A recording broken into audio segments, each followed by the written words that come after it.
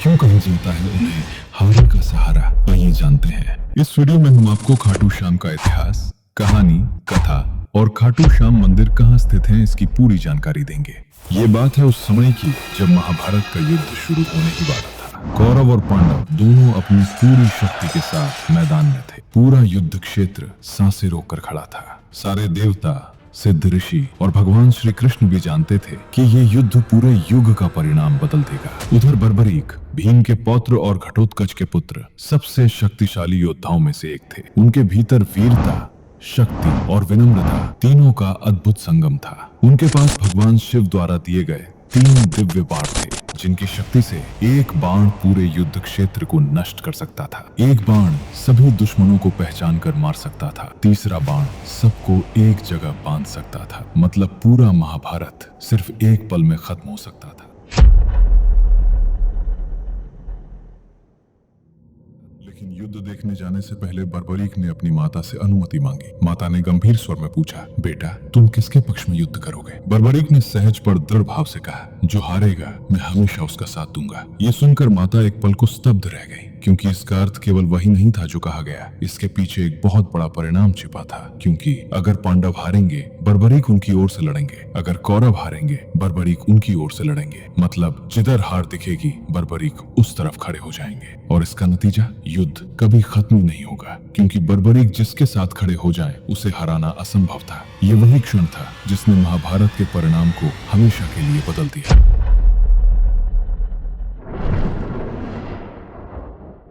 श्री कृष्ण भूत, भविष्य और वर्तमान के स्वामी हैं और वे समझ चुके थे कि यदि बर्बरीक युद्ध में उतर आए तो धर्म का निर्णय बदल जाएगा। युद्ध का सच्चा परिणाम कभी सामने नहीं आ सकेगा। बर्बरीक हमेशा हारने वालों का साथ देंगे और इस प्रकार दोनों पक्ष बार बार विजयी हो जाएंगे। इससे अधर्म को भी वो शक्ति मिल जाएगी जो उसे कभी नहीं मिलनी चाहिए थी। कुरुक्षेत्र का संतुलन उनके 3 बाणों के आगे रेत पर खींची रेखा जैसा था, जो एक क्षण में मिट सकती थी।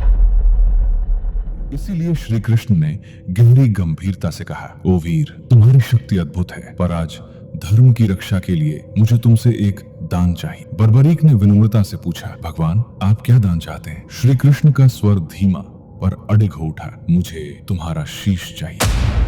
क्षण भर के लिए समय ठहर गया। हवा तक न हिली, दुनिया जैसे मौन हो गई। और तभी बर्बरीक की आंखों में गहरी चमक उतर आई। वो समझ गई, ये तो स्वयं भगवान श्री कृष्ण अपने विराट स्वरूप में उनसे धर्म की रक्षा का आग्रह कर रहे हैं। बर्बरीक ने बिना एक पल रुके शांत, स्थिर और भक्तिपूर्ण स्वर में कहा, प्रभु मेरा शीश ही नहीं, मेरा संपूर्ण जीवन आपका है। श्री कृष्ण की दिव्य आज्ञा सुनकर बर्बरीक के भीतर कोई भय नहीं, कोई हिचक नहीं, सिर्फ समर्पण था। उनकी आंखों में गहरा तेज चमक रहा था, जैसे किसी वीर का जन्म केवल धर्म की रक्षा के लिए ही हुआ हो। बर्बरीक फोल्डेड हाथ जोड़कर बोले, प्रभु जिस युद्ध में मेरा योगदान धर्म के निर्णय को डिगा दे, वैसा युद्ध मेरा नहीं। आपके चरणों में मेरी हर सांस समर्पित है। यदि आपको मेरा शीश चाहिए तो ये सौभाग्य है, बलिदान नहीं। श्री कृष्ण ने उनके सिर पर हाथ रखा। आशीर्वाद के उस स्पर्श से धरा, आकाश और दिशाएं पवित्र सी हो गई। फिर बर्बरीक ने फाल्गुन शुक्ल द्वादशी की भोर में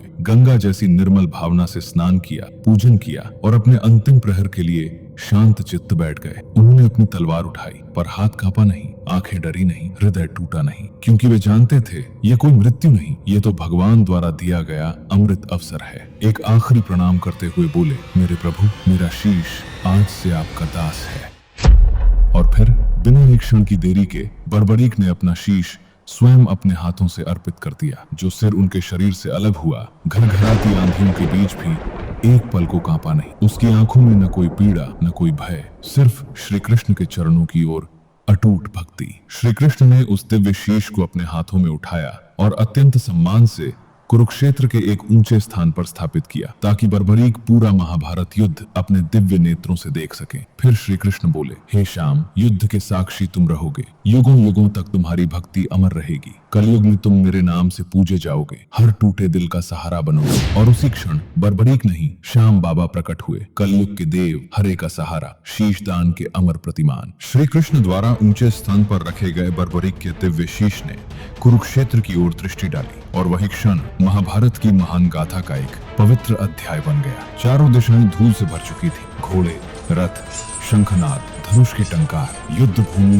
गर्जन कर रही थी। पर बर्बरीक का शीश सिर्फ युद्ध नहीं देख रहा था, वो सत्य देख रहा था। वो देख रहा था कब कौन योद्धा गिरा है, कहाँ कौन सा अस्त्र टकराया है और किस पल किस दिशा में धर्म अपनी राह बना रहा है। पर सबसे अद्भुत दृश्य था भगवान श्री कृष्ण का विराट स्वरूप। जहाँ जहाँ कोई असुर शक्ति बढ़ती, जहाँ जहाँ अधर्म सिर उठाता, वहाँ वहाँ वो दिव्य चक्र अदृश्य रूप में प्रकट होकर संतुलन स्थापित कर देता। बर्बरीक ने देखा कि असली शक्ति पांडवों की नहीं बल्कि श्री कृष्ण की थी। हर विजय का मूल कारण किसी योद्धा का पराक्रम नहीं बल्कि भगवान की अदृश्य लीलाएं थी। दिन बीतते गए, युद्ध पल पल बदलता गया और बर्बरीक का शीश सब कुछ देखता रहा। युद्ध समाप्त होने पर 18 दिनों बाद जब युद्ध का अंतिम शंख बजा, धरती रक्त से तो भरी थी पर अधर्म पूरी तरह समाप्त हो चुका था। सभी पांडव विजयी होकर श्री कृष्ण के चरणों में आए। श्री कृष्ण मुस्कुराए और बोले, विश्व के महान साक्षी, अब बताओ इस युद्ध में विजय किसकी हुई? पांडवों को लगा वो उनके पराक्रम की बात करेंगे। कृष्ण के मन में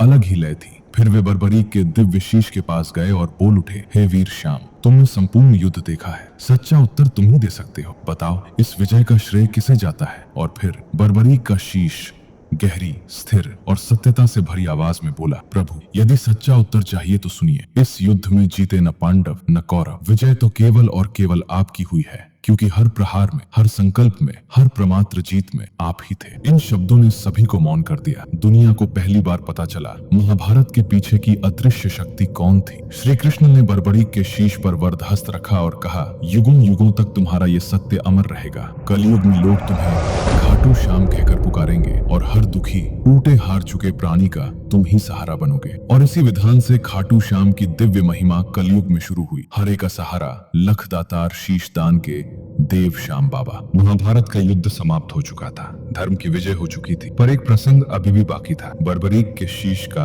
अंतिम विश्राम स्थल। युद्ध के बाद श्री कृष्ण ने बर्बरीक के दिव्य शीश से कहा, हे वीर श्याम, तुमने धर्म का सबसे बड़ा त्याग किया है। अब तुम्हारे शीश को वो स्थान मिलेगा जहाँ भक्तों की आस्था सर्वोच्च होगी। और फिर श्री कृष्ण ने भविष्य का दर्शन किया, एक पवित्र भूमि जहाँ रेगिस्तान की रेत भी भक्ति भाव से झूम उठे। वो भूमि थी राजस्थान का खाटू धाम। शीश का भूमिगत रहस्य 1000 वर्षों तक छिपा रहा। युद्ध समाप्ति के बाद बर्बरीक का शीश कुरुक्षेत्र से दिव्य ऊर्जा के साथ धरा की गहराइयों में समा गया। समय बीतता गया, राज्य बदले, युग बदले, पर बर्बरीक का शीश धरती के गर्भ में अदृश्य शक्तियों के साथ चिर निद्रा में रहा। लगभग 1000 वर्ष बाद खाटू गांव में अचानक चमत्कार शुरू। रात को नीली रोशनी चमकती, धरती से दिव्य सुगंध उठती और उसी स्थान से गूंजती थी भक्ति की एक अनोखी लय। लोग समझ नहीं पा रहे थे ये क्या रहस्य है। तभी गांव के एक भक्त निर्मल दास जी को स्वप्न में दिव्य दर्शन हुआ। उनके सपने में खुद श्याम बाबा प्रकट हुए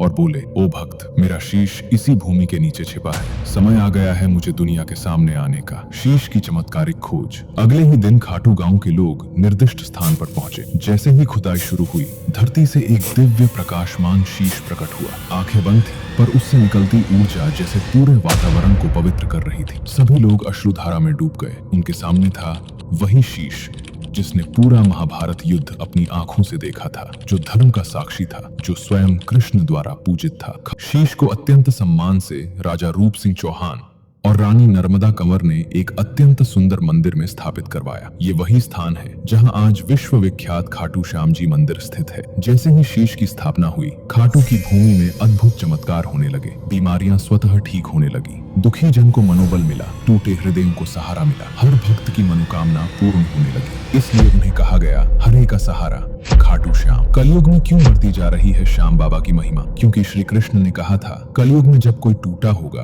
थका होगा, भटका होगा, तब उसका सहारा तुम बनोगे हे श्याम। यही कारण है कि जो हार चुका होता है वो श्याम बाबा की शरण में आता है। जो रास्ता खोजता है उसे मार्ग मिलता है, जो निराश होता है उसे आशा मिलती है, और जो रोता है उसकी आंखों में श्याम मुस्कान लौटा देते हैं। इसीलिए आज सारी दुनिया से भक्त खाटू धाम आते हैं। खाटू नरेश के दरबार में सबकी सुनवाई होती है। तो भक्तों, कैसी लगी आपको कलयुग के स्वामी खाटू बाबा श्याम की ये अद्भुत और दिव्य कथा? अगर इस कथा ने आपके मन को स्पर्श किया हो, अगर दिल में भक्ति की लहर उठी हो, तो कृपया इस वीडियो को लाइक जरूर करें और नीचे कमेंट में लिखें जय श्री श्याम, ताकि ये भक्ति की ऊर्जा और दूर तक फैल सके। इस अद्भुत कथा को अपने परिवार, दोस्तों और जानने वालों तक शेयर जरूर करें। हो सकता है श्याम बाबा का आशीर्वाद किसी जरूरतमंद तक इसी कथा के माध्यम से पहुंचे। और भक्तों, अगर आप चाहते हैं कि ऐसी ही दिव्य कथाएं आप तक लगातार पहुंचती रहें, तो हमारे चैनल को अभी सब्सक्राइब कर लीजिए, क्योंकि श्याम बाबा की महिमा, उनकी कथाएं, उनकी लीलाएं हमारे चैनल पर हमेशा अपलोड होती रहती हैं। तो मिलते हैं आपसे अगली रोचक और पावन कथा में। जय श्री श्याम।